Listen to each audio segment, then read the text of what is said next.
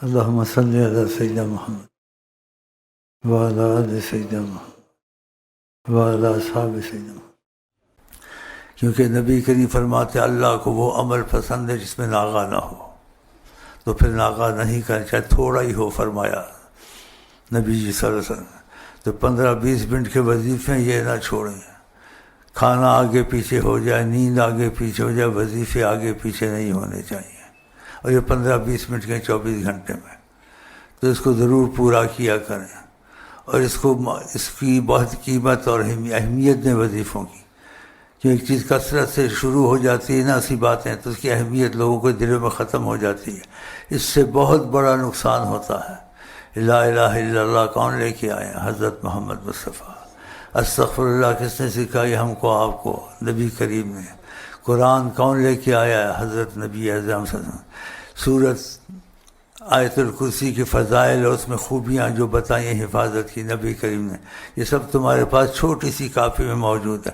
24 گھنٹے میں کسی طرح اس کو کر لیا کرو، نیند آگے پیچھے ہو جائے، یہ چیزیں آگے پیچھے نہیں ہونی چاہیے، کیونکہ آپ نے فرمایا کہ اللہ کو عمل وہ پسند سے ناغہ نہ ہو، تھوڑا ہی کیوں نہ، اور باقی وقت جو تمہارا بچے درود شریف پڑھتے رہو، چلتے پھرتے۔ صلی اللہ علیہ وسلم۔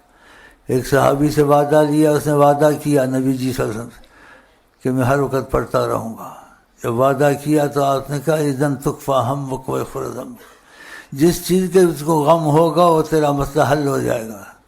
یغفر ذنبک، اگر گناہ انسان سے ہوتے رہتے ہیں تو گناہوں میں بھی خدا معافی رکھے گا، سزا نہیں ملے گی۔ بتاؤ کیا حرج ہے؟